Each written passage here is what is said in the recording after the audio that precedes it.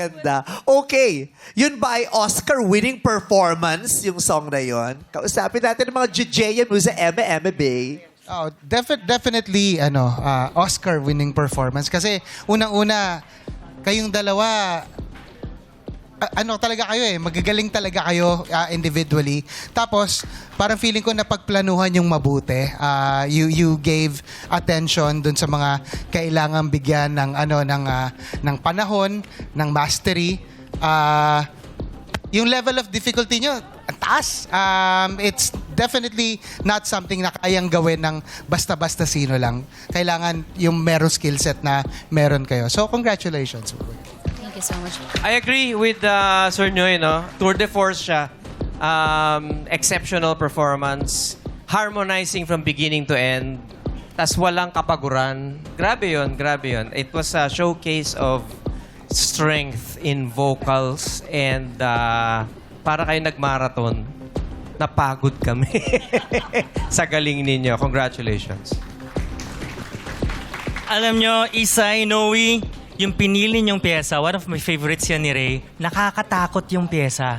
Pero sinuong nyo ng buong tapang na hawak ninyo yung nota from start to finish. Nakakatakot nyo may mga times na, lalo na pinaka-favorite ko, yung that long note you held, na nag-change yung harmonies all throughout, naka-harmonize kayo, and then lumilipat yung notes. Tapos sobrang linis, sobrang tight ng harmonies nyo. You held that note, napakagaling, naramdaman ko yung climax. And kung ang title ng song is Oscar-winning Tears, yung performance ninyo could be a Grammy-winning performance.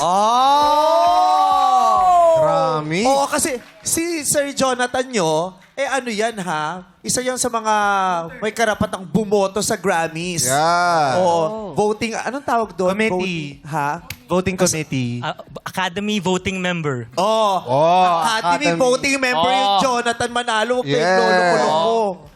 Academy. Pero ang ganda ng sinabi sa inyo, di ba? Oo, Kahit Grammy. lumilipat yung nota, hawak-hawak niyo yung long note. Yes. Mahalaga yun. Talagang Para napakuha hindi ka ng- mag-gong. Importante. Mahirap yung pagpalipat-lipat yung nota tapos napapakawalan mo. Iiyak ka dun Hindi magiging suwabe.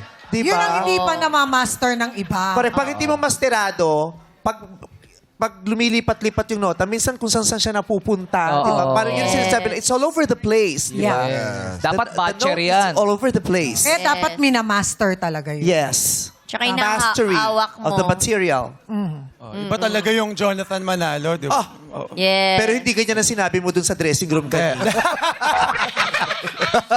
Kaya dapat, pag hurado ka, kailangan kung nasa ng hurado, nandun ka lahat. Lahat. Pag Okay. ikaw wala dun sa isang grupo ng hurado na, chuk! Makakasiguro ka, ikaw ang topic. Pag-usapan. Oo. Topic ka. Hindi, Pero kapag ite-text ko sa'yo, Jonathan, ang mga sinabi sa'yo. Si Eric wala namang sinabi. Sino Sino ba nagsabi? Si Sir Louie talaga pa.